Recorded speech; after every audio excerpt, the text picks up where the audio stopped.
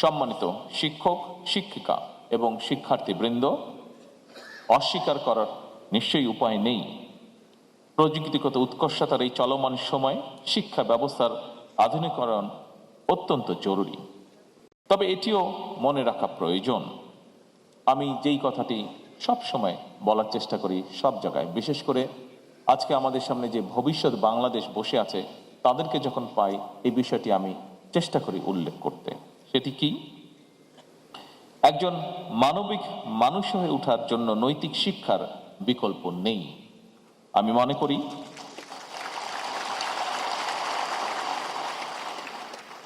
করি জাতীয় বিশ্ববিদ্যালয় কর্তৃপক্ষ শিক্ষা ব্যবস্থায় প্রযুক্তি নির্ভরতা, দক্ষতা এবং মডার্নাইজেশনের পাশাপাশি শিক্ষার্থীদের নৈতিকতা এবং মানবিক স্বাস্থ্যের উন্নয়ন, সামাজিক অন্তর্ভুক্তি এবং পরিবেশ সংরক্ষণ, এই সব বিষয়গুলোর প্রতি আরও অধিক গুরুত্ব দেবেন, যত্নশীল থাকবেন। প্রাথমিকভাবে বিভাগীয় শহরগুলোতে অবস্থিত বিশ্ববিদ্যালয়ের সঙ্গে স্থানীয় শিল্প ও ব্যবসা প্রতিষ্ঠানগুলোর সম্পর্ক স্থাপনের মাধ্যমে এই পদক্ষেপ বাস্তবায়ন করা হচ্ছে। এর ফলে শিক্ষার্থীগণ একাডেমিক শিক্ষার পাশাপাশি শিক্ষার্থী অবস্থাতেই কর্মদক্ষতা অর্জন করতে সক্ষম হবেন। ফলে শিক্ষা জীবন শেষে তাকে, যা আমরা প্রত্যাশা করি, হয়তো ইনশাল্লাহ তাকে বেকার থাকতে হবে না। এছাড়াও সরকার ক্যাম্পাস থেকে ব্যবসায়িক উদ্যোক্তা তৈরি করারও বহুমুখী উদ্যোগ গ্রহণ করছে।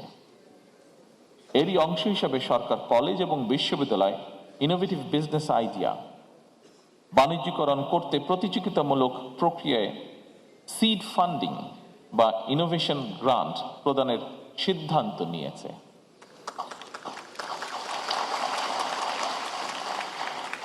সরকার আশা করে এর ফলে অনেক আগ্রহী তরুণ উদ্যোক্তা নতুন এবং সৃজনশীল ব্যবসায়িক ধারণা বাস্তবায়ন করে দেশের অর্থনীতিতে অবদান রাখতে সক্ষম হবেন।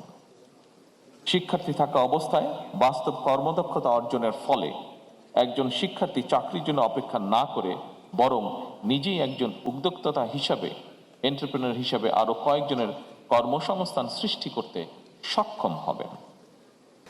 দেশের তরুণ সম্প্রদায়ের প্রতি আমার আহ্বান,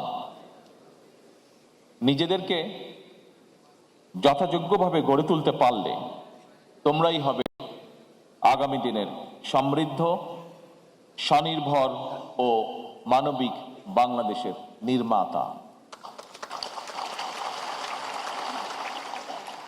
সম্মানিত উপস্থিতিবৃন্দ, শিক্ষক, শিক্ষিকা, শিক্ষাবিদ এবং শিক্ষার্থীদের দৃষ্টি আকর্ষণ করে বলতে চাই, জাতীয় উন্নয়ন কোনো একক ব্যক্তি বা প্রতিষ্ঠানের কাজ নয়, এটি একটি সম্মিলিত যাত্রা। এই যাত্রায় বর্তমান সরকার, বিশ্ববিদ্যালয়, শিক্ষক, শিক্ষার্থী, অভিভাবক, নাগরিক সমাজ এবং ইন্ডাস্ট্রিয়াল সেক্টর সহ সকলের সহযোগিতা আশা করে। আমি দৃঢ়ভাবে বিশ্বাস করি, আমরা যদি ঐক্যবদ্ধভাবে কাজ করি তাহলে আমাদের যে অগ্রযাত্রা আমরা প্রত্যাশা করি, সেই অগ্রযাত্রাকে কেউ ইনশাল্লাহ রুদ্ধ করতে পারবে না।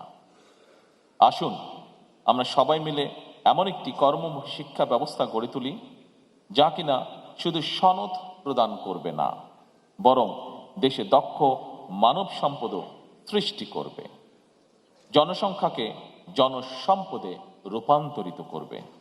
শিক্ষা শুধু চাকরিজীবী তৈরি করবে না, বরং তৈরি করবে নতুন উদ্যোক্তা।